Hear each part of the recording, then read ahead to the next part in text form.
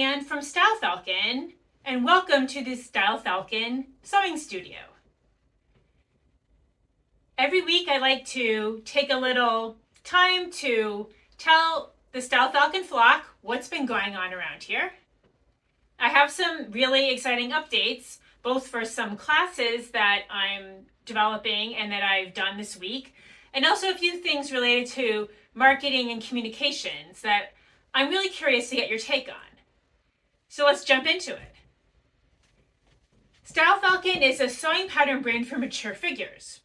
And what that means is that it's designed for women who are older, women who are maybe in their mid-40s, 50s and up, women who are starting to experience menopause, dealing with menopause, or in a post-menopause situation in their life, where all of those natural rhythms of life have changed our bodies a little bit.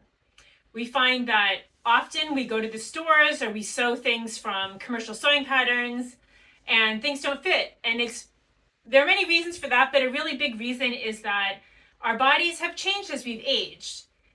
And almost all fashion and almost all sewing patterns are designed for this youthful hourglass figure. Women who's never given birth, had gone through menopause, they've got very straight posture, they have that hourglass shape where their belly and their waist and everything is very proportional. Most people's bodies are not like that anyway, but especially as we age, we find that our bodies are less and less like that. So that's what Style Falcon sewing patterns are about. Which leads me to the first thing I've been working on, which is some marketing messages around this. I had started off with the tagline, "Soar on your own wings," because I felt that one of the things that was important about this idea of Style Falcon was we were these powerful, beautiful, majestic creatures that took up our space, demanded attention, and had a lot of personality and drama behind us. That was one of the things I was thinking about when I created Style Falcon, and I named my pattern brand Style Falcon. And I still love the idea of this falcon, and she's soaring on her own wings. You're making your own fashions, like I'm surrounded by here, and you are using that to express yourself and also to dress for your stage in life, what you need, what you like to wear, and most importantly, you're gaining a lot of pleasure from that creative process. And you've done it. You're soaring out in life on your own wings. And I still really like that message. But something I've been thinking about is also the menopause story. When I launched Style Falcon, I thought there were maybe a lot of people that would potentially be interested in this pattern brand because while I was aiming for an older audience, I didn't want to feel like I was excluding people. If you haven't been through menopause, if you are younger, you still might find that my shape and my drafting really works for you.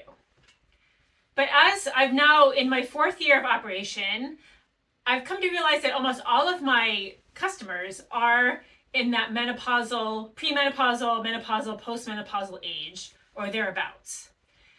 And it's just an interesting way to talk about it, that if you're a brand that's for the menopausal body or women in menopause in that stage of their life, it's just an easier way and a quicker way to talk about it, and it's something everybody understands. We've all been through this, or we will as we age.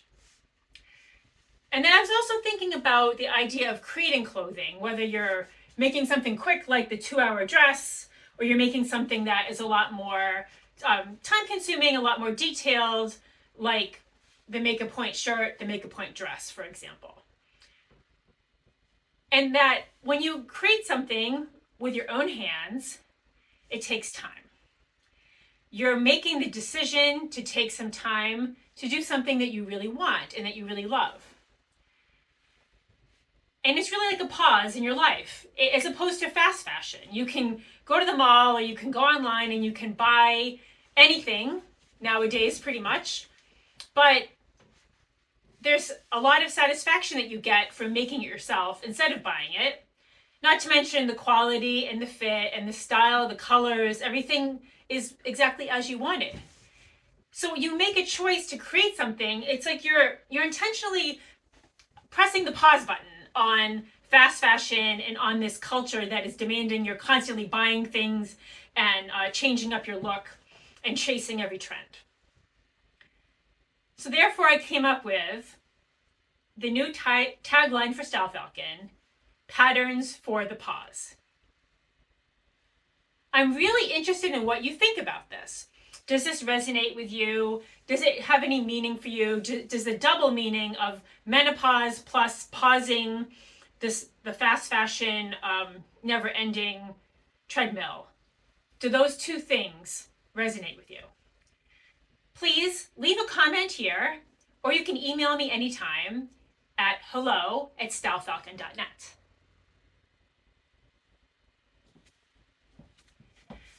The next thing that I've been working on is some tutorials, some different classes and things that I'm intending to teach at events next year, and also that I'm going to be teaching currently. One thing I did this week that was really fun is I was the guest speaker with Sookie Sews Serger Dream Club.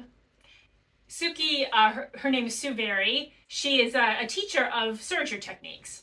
If you have a serger and you've never really taken out of the box, or you've really only used it just to do a simple overlock stitch, finish a seam or something, you're only touching a tiny amount of the capabilities of these machines. And her Serger Dream Club and her courses are all about helping you really learn how to master your serger and make it your right hand tool in the sewing studio. I have a serger personally. I use it all the time. I made this 2-hour dress, which is a silk jersey. I made the entire thing on the serger. I have one of these combo machines, so I did a 4-thread overlock stitch. I did a chain stitch for the top stitching part, and then I did the hems with a cover stitch. Even if you don't have one of these combo machines, you can still get a lot of different options for any kind of serger that you might have. So please do check out Sookie Sews Serger Dream Club. She has these periods where you can register to attend, and the next classes are forming for September. And I'll provide a link in the notes for that. So she had invited me to come to her Serger Dream Club and do a live class about interfacing, which is kind of nobody's favorite topic. And I think that was one of the reasons why she really wanted me or somebody to come and teach, is that there's a lot of misconceptions about interfacing. There are a lot of anxieties people have. Interfacing has betrayed everybody at some point. And so I developed a course on everything you need to know about interfacing, essentially. So what I wanted to do this week in the tutorial section of my weekly update from the studio was to show you what I did for Sookie Sews and her Serger Dream Club team, and just a couple of quick highlights.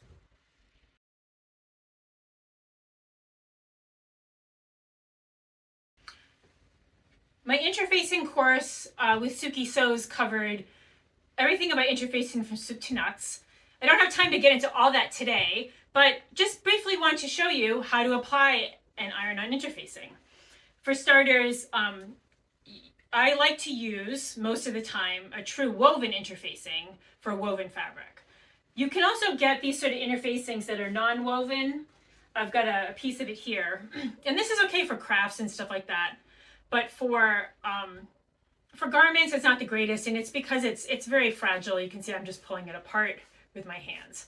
So you probably don't want that. Certainly for, say, a blouse like my make-a-point shirt, or a dress like this, which is a wool challis, and this is a cotton poplin, you would definitely want to use a woven interfacing like this one, which has the same woven properties as this piece of poplin I'm going to demonstrate with. This interfacing is an iron-on interfacing, so it has a right and wrong side, and the wrong side, of course, is the side that has the glue on it that you're going to use to adhere to the piece of fabric that you're interfacing. You want to match the grain line, so you have any kind of pattern, of course, pattern piece is going to have a grain line, and you want that to run on grain, usually parallel to the selvage, but maybe on the cross grain, depending on what properties your fabric has. Typically, it's parallel to the selvage. And you want to cut out your interfacing the same way, with that grain line arrow parallel to the selvage. And what I like to do when I have my interfacing piece is I cut it out of the same pattern piece like this, and then I trim it down a tiny bit, maybe just 1/4 of an inch or 5 millimeters or so that it's a tiny bit smaller than the piece I'm going to interface. And that's useful just because you don't have any little bits that overlap that may gunk up your board or your iron, and also just removes a little bit of bulk in there along the edges. So that's what I've done here. You can see I've got my piece of interfacing, and my piece of purple poplin here is slightly larger. I happen to have this steam iron, which is a gravity fed iron that makes a lot of steam. So I don't need to do any extra effort to get steam into this interfacing. The interfacing is going to set with a combination of pressure, temperature, and time, and moisture. So all of those things are kind of going to work together to make it happen. What I suggest people do, especially if you're using a different textile or you're trying a new interfacing, make a little swatch like I've made here and just test it out.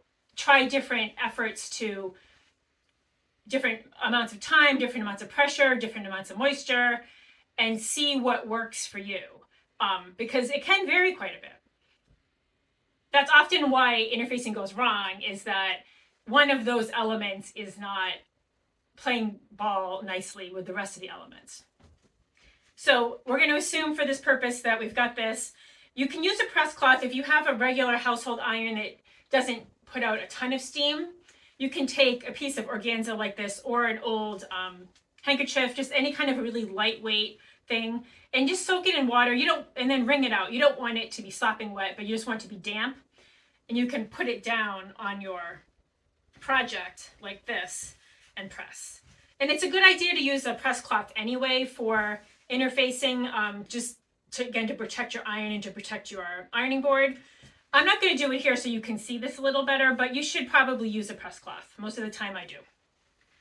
So when you're applying interfacing, you're pressing it, you're not ironing it. Things may go wrong with you if you start moving your iron back and forth.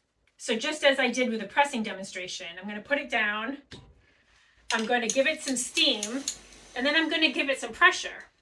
You can lean on it a little bit if you need to.